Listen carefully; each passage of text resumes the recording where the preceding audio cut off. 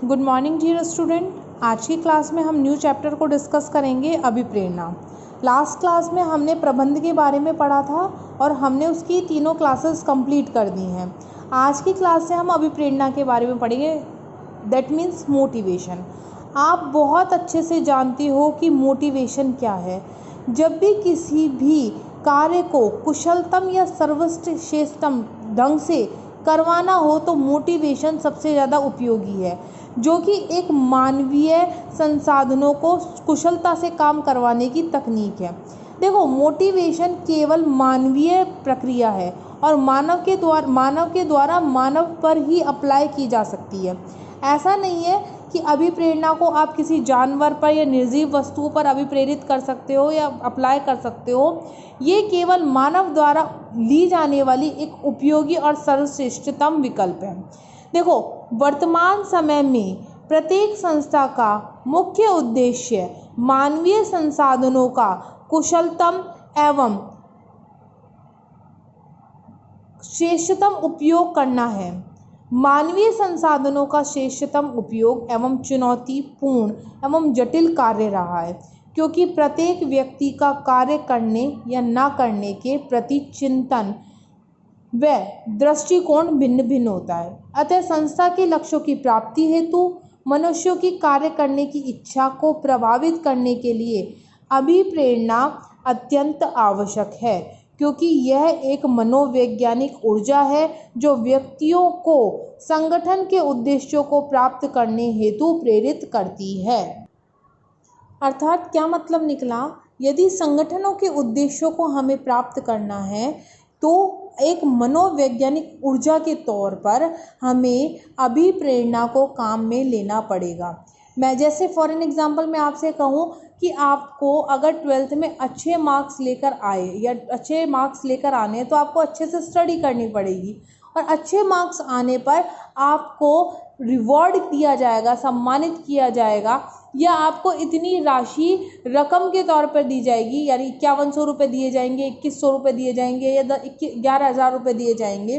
तो एक तरह से आप उस काम को करने के लिए क्या हो जाएंगे? अभिप्रेरित। इसी तरह किसी संस्था में जब कर्मचारियों को अभिप्रेरित किया जाता है या उनको किसी कार्य को करने के लिए कोई अभिप्रेरणा, चाहे वो फाइनेंशियली हो चाहे वो नॉन फाइनेंशियली हो, वित्तीय भी हो सकती है और गैर वित्तीय भी हो सकती है, इस प्रकार की प्रेरणा दी जाती है तो वह काम आसानी से किया जा सकता है। आसानी से करने का मतलब है वो कर्मचारी उस काम को करने के लिए अभिप्रेरित होते हैं। हम अभिप्रेरणा का अर्थ देखेंगे तो सामान्य अर्थों में अभिप्रेरणा एक आंतरिक इच्छा या भावना है जो किसी कर्मचारी को पूर्व निर्धारित लक्ष्यों की प्राप्ति हेतु कार्य करने के लिए उत्प्रेरित करती है। किस काम के लिए करती है? पूर्व निर्धारित लक्ष्यों की प्राप्ति करने हेतु उत्प्रेरित करती है। यह प्रबंध का अत्यंत महत्वपूर्ण कार्य है जो व्यक्तियों की भावनाओं, इच्छाओं, आवश्यकताओं आदि का अध्ययन कर उन्हें संतुष्ट करने का प्रयास करती है, जिससे व्यक्ति कार्य को स्वेच्छा से करने के लिए प्रेरित हो जाता है। देखो क्या बात देखी, प्रबंध का एक महत्वपूर्ण कार्य है जो व्यक्तियों की भावनाओं को, इच्छाओं को, आवश्यकताओं को आदि का अध्ययन करती है और उन्हें संतुष्ट करने का प्रयास करती है, जिससे व्यक्ति क्या होता है? कार्य करने की स्वेच्छा से काम करने के लिए, अपनी इच्छा से काम करने के लिए प्रेरित हो जाता है। फॉर एन एग्जाम्पल, आप किसी भी कोचिंग में पढ़ाने जा रहे हो, किसी भी संस्था में काम करने जा रहे हो, तो आप किस पर्पज़ से जा रहे हो? आपको कुछ मिलेगा ना, फाइनेंशियली आपको सपोर्ट मिलेगा, इस वजह से जा रहे हो। अब सपोज दैट वहाँ से फाइनेंशियली सपोर्ट हटा दिया जाए और इससे आपसे कहा जाए कि आपको सिर्फ फ्री में काम करना है, तो 1 दिन, 2 दिन या 3 दिन, इससे ज़्यादा आप वहाँ पर लंबे समय तक काम नहीं कर पाओगे। और यदि आप काम करोगे भी तो क्या करोगे? वो टाइम पर पूरा नहीं हो पाएगा। यानी अगर उनको अभिप्रेरित किया जाए तो वो स्वेच्छा से काम करने के लिए क्या हो सकते हैं? प्रेरित हो सकते हैं। तो क्या बताया? संतुष्ट करने का प्रयास करती है, जिससे व्यक्ति कार्य को स्वेच्छा से करने के लिए तैयार हो जाते हैं तथा संगठन के लक्ष्यों को प्राप्त करने के लिए अपना अधिकतम योगदान करते हैं। अभिप्रेरणा का अर्थ समझ में आया? अब इसके लिए अलग अलग विद्वानों ने अलग अलग परिभाषा दी। सबसे पहली परिभाषा दी कुंटज ओ डोनेल के अनुसार। लोगों को इच्छित तरीके से कार्य करने के लिए प्रोत्साहित करना क्या है? अभिप्रेरणा। लोगों को इच्छित तरीके से कार्य करने के लिए यदि आप प्रोत्साहित कर रहे हो, यानी वो अपनी इच्छा के अनुसार काम कर सके, तो वही आपकी क्या कहलाती है? अभिप्रेरणा कहलाती है। सेकंड देखेंगे, विलियम जी स्कॉट के अनुसार अभिप्रेरणा का तात्पर्य लोगों को इच्छित लक्ष्यों को प्राप्त करने के हेतु प्रेरित करने की प्रक्रिया है। अभिप्रेरणा क्या है? लोगों को इच्छित लक्ष्य कौन से? जो भी उनने डिसाइड किए हैं। देखो, आपने अभी लास्ट क्लास में पढ़कर आए हैं प्रबंध का चैप्टर। प्रबंध के चैप्टर में आपने देखा था कि जब भी कोई भी काम प्रबंधक द्वारा अपने अधीनस्थों से करवाया जाता है तो उसको एक अभिप्रेरणा दी जाती है। तो अभिप्रेरणा के द्वारा आप अपने इच्छित लक्ष्य, आपने जो भी लक्ष्य निर्धारित किए हैं उनको आप आसानी से प्राप्त कर सकते हो, यानी इच्छित लक्ष्यों को प्राप्त करने के लिए प्रेरित करने की प्रक्रिया है। विलियम गुलुक क्या कहते हैं?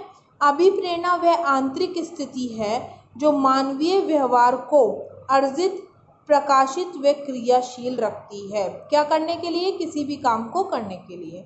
इसकी विशेषताएं दी हुई हैं। यह एक सतत प्रक्रिया है।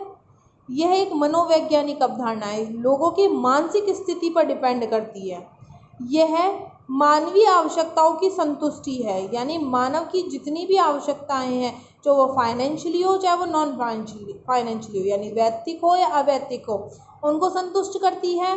अभिप्रेरणा की विभिन्न विधियां होती हैं, बहुत सारे तरीके होते हैं। आगे आप पढ़ेंगे जब उसमें पता चल जाएगा, बहुत सारी विधियां हैं इसकी। अभिप्रेरणा केवल मानवीय संसाधनों को ही दी जा सकती है। देखो, मैंने इंपॉर्टेंट बताया था, केवल किसको दी जा सकती है? मानव को, किसी जानवर को या निर्जीव वस्तुओं को नहीं दी जा सकती। अभिप्रेरणा मनोबल से भिन्न होती है, यानी कार्य करने की जो शक्ति है उससे भिन्न होती है। अभिप्रेरणा से व्यक्ति कार्य करने के लिए और भी ज़्यादा प्रेरित होता है। अभिप्रेरणा संतुष्टि का कारण नहीं अपितु परिणाम है, यानी इससे संतुष्टि नहीं का कारण नहीं है, बल्कि अभिप्रेरणा से आपको क्या मिलता है? फाइनली कोई ना कोई रिजल्ट मिलता है। यह व्यक्तियों की कार्यक्षमता, कार्यकुशलता में वृद्धि करती है। अभिप्रेरणा में संपूर्ण व्यक्ति अभिप्रेरित होता है, इसका कोई एक भाग नहीं। यानी ऐसा नहीं है कि अभिप्रेरणा से केवल मनुष्य की मानसिक स्थिति प्रभावित हो रही है, मानसिक और भावात्मक दोनों ही स्थिति इसमें क्या होती है? प्रभावित होती है। यह प्रबंधकीय सफलता का कारण व परिणाम दोनों है। दो चीज पढ़ी अपन ने, एक तो क्या पढ़ा? अभिप्रेरणा का अर्थ पढ़ा, ठीक है। दूसरा क्या पढ़ा? अभिप्रेरणा की परिभाषाएं पढ़ ली अपने, जो कि कुंटज और डॉनेल के द्वारा दी गई थी, विलियम जी स्कॉट के द्वारा दी गई थी और विलियम गुलक के द्वारा दी गई थी, ठीक है। अभिप्रेरणा की विशेषताएं पढ़ ली, 10 विशेषताएं। आज की क्लास में हम सिर्फ इतना ही, अभिप्रेरणा की आवश्यकता क्यों होती है और अभिप्रेरणा के क्या महत्व है, ये हम कल की क्लास में पढ़ेंगे। कंटिन्यू क्लास अटेंड करो, और आपकी स्कूल ओपन हो चुकी हैं। आप अपने पेरेंट्स से परमिशन लेकर स्कूल में पढ़ने आ सकते हो। Thank you.